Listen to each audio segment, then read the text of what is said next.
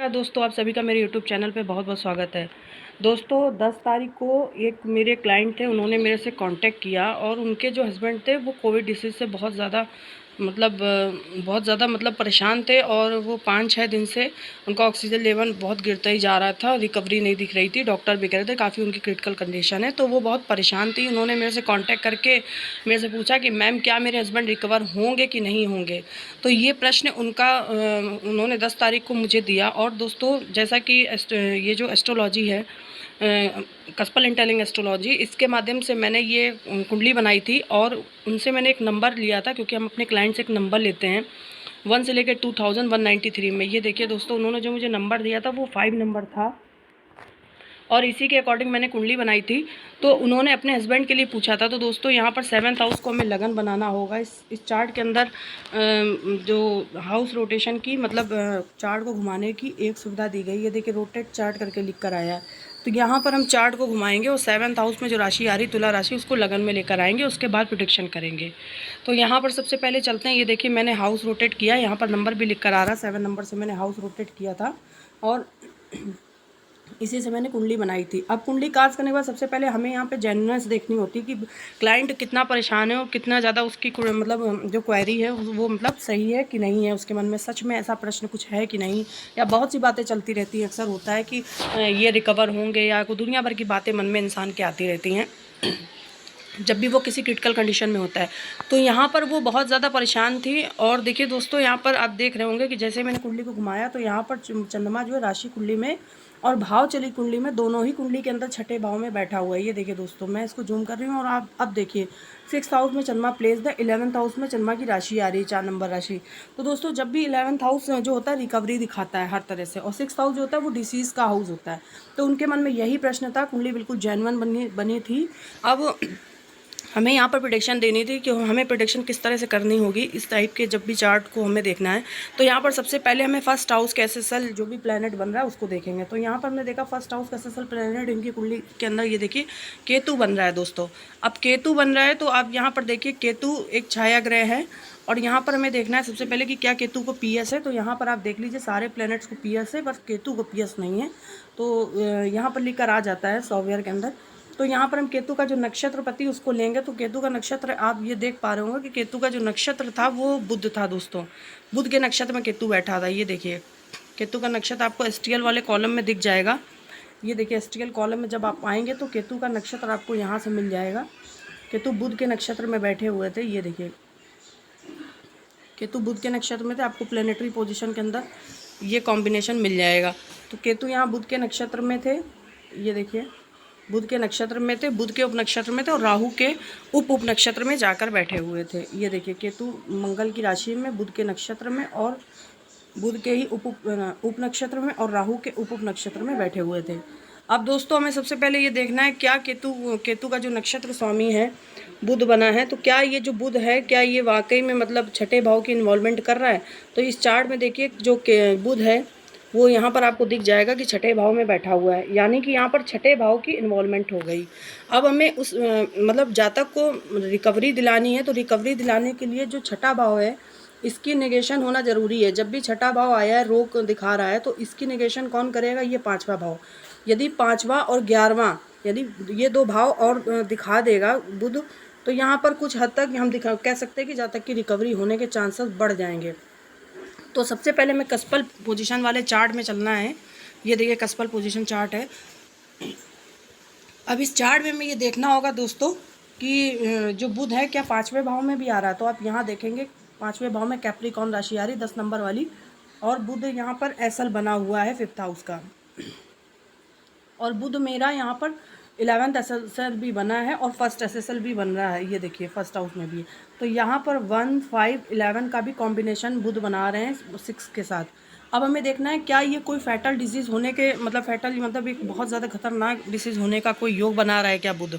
तो हमें यहाँ पर ये भी देखना है क्या 6th हाउस में जैसे बुध आया है, इसके साथ ही यहाँ पर हमें ये भी देखना है क्या ये 8th हाउस में भी आया है। तो 8th हाउस में जो राशि आ रही है वो टॉरस राशि आ रही है। यहाँ पर आप देख पा रहे होंगे, यहाँ पर बुध नहीं आया है। यहाँ का जो राशि स्वामी बना है वो शुक्र है।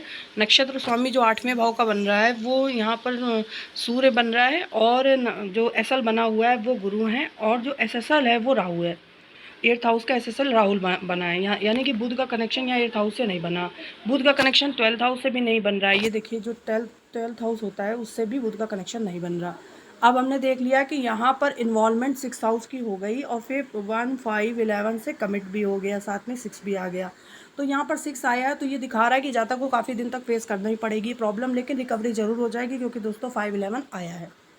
अब चलते हैं यहाँ पर केतु का जो सब लॉर्ड है उसको भी देख लेते हैं। तो केतु का यहाँ पर आपने देखा सब लॉर्ड भी बुध बना है और केतु का सब लॉर्ड यहाँ राहु है। ये देखिए आप देख पा रहे होंगे छोटे से कॉलम में दिख रहा है, राहु बना है केतु का सब लॉर्ड।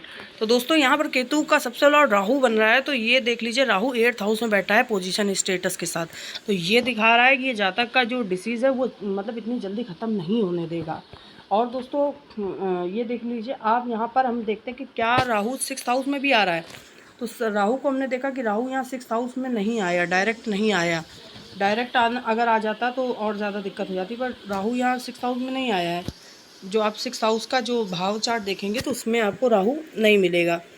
ये देखिए कस्पल पोजीशन के अंदर 6th हाउस में जो एक्वेरियस राशि आ रही है वहाँ पर आपको राहु नहीं मिलेगा, तो राहु नहीं आया यहाँ पर। ठीक है दोस्तों, तो अब हमने देखा कि राहु किस राशि में बैठा है, क्योंकि राहु और केतु जिस राशि में बैठते हैं, जिस नक्षत्र में, उसका भी फल देते हैं। तो यहाँ पर हमने राहु का जो राशि स्वामी है वो शुक्र है, राहु का जो नक्षत्र स्वामी है वो चंद्रमा है। अब हमें शुक्र को देखना है, क्या शुक्र 6th हाउस में आया है। तो हमने शुक्र को देखा तो शुक्र भी हमको यहाँ पर छठे भाव में यहाँ देखिए नहीं मिल रहा है। ठीक है, इसके साथ ही हमको जो चंद्रमा है वो ज़रूर 6th हाउस में मिल रहा है, लेकिन इसके साथ ही जो चंद्रमा है वो 5th हाउस में भी है। ये देखिए 5th हाउस में भी है और 11 में भी है। ये भी दिखा रहा है कि जातक रिकवर कर जाएगा। अब यहाँ पर ये लगन का सबसे लॉर्ड केतु है, तो लगन का सबसे लॉर्ड मंगल भी है, तो मंगल को भी इसी तरह में पढ़ना होगा, क्योंकि राहु केतु जिस राशि में बैठते हैं उसका भी फल देखते हैं। और यहाँ पर हमने देखा मंगल जो है वो अपने ही नक्षत्र में है।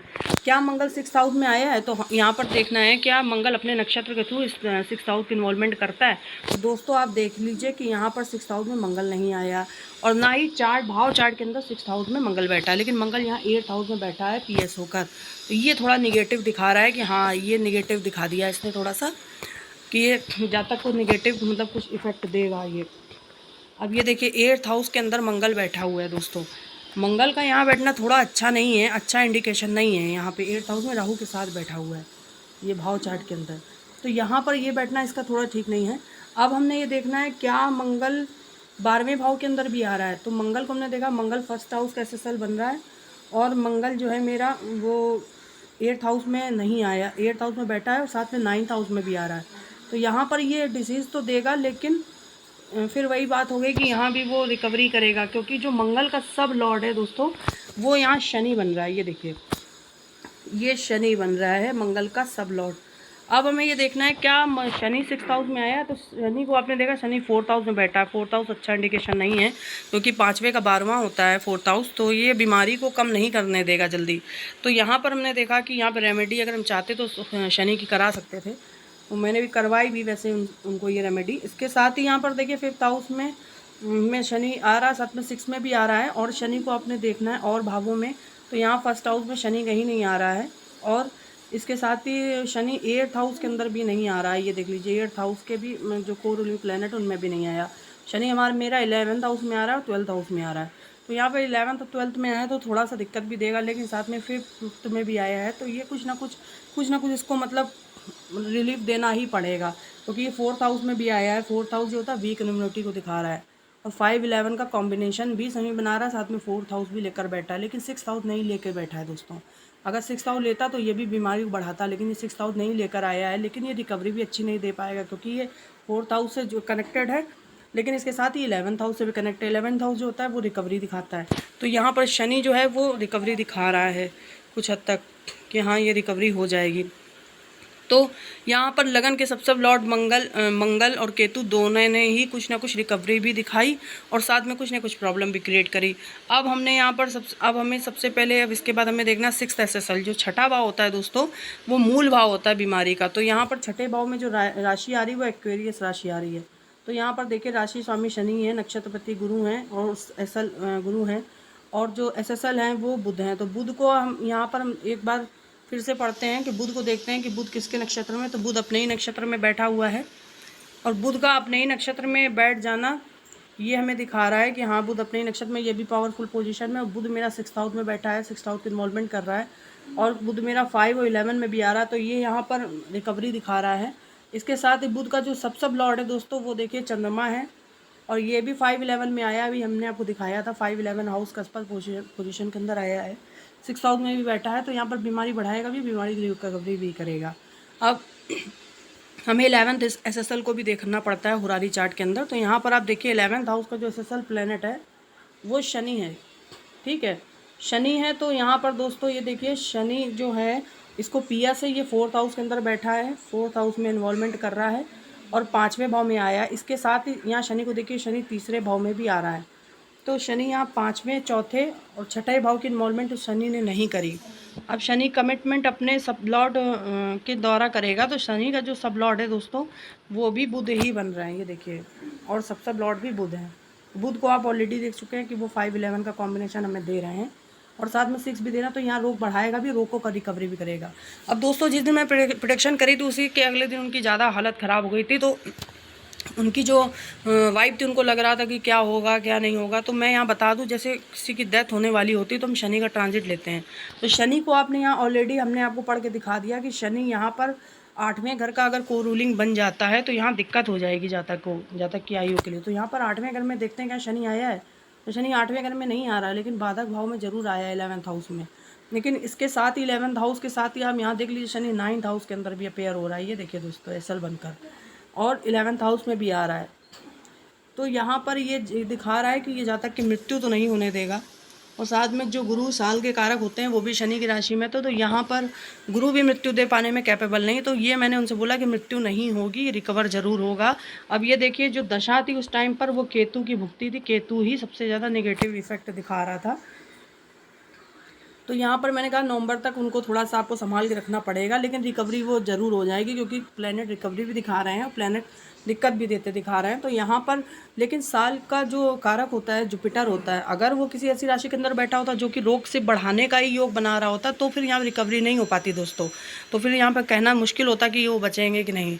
लेकिन जैसा कि साल का कारक जुपिटर जो है वो शनि की राशि के अंदर ट्रांजिट कर रहा था, तो शनि का कॉम्बिनेशन जो बन रहा था वो 5-11 के साथ भी था, साथ में 9th हाउस के साथ भी था। तो यहाँ पर ये कहना बहुत ही मुश्किल हो रहा था मेरे लिए कि उनकी डेथ वेथ होने का कोई योग है। तो मैंने उनसे ये बोला कि ऐसा कोई योग नहीं है, वो बिल्कुल मतलब ठीक हो जाएंगे, और 10-11 दिन के अंदर अंदर उनकी हालत बिल्कुल रिकवर हो गए। वो हॉस्पिटलाइज थे और बहुत अच्छी से मतलब रिकवरी उनकी हो गई। तो आशा करती हूँ कि इस तरह से आप भी कोई अगर पेशेंट है उसकी कुंडली देखकर एनालाइज कर सकते हैं। अगर ये वीडियो अच्छा लगे तो प्लीज़ लाइक करें, शेयर करें एंड सब्सक्राइब करें।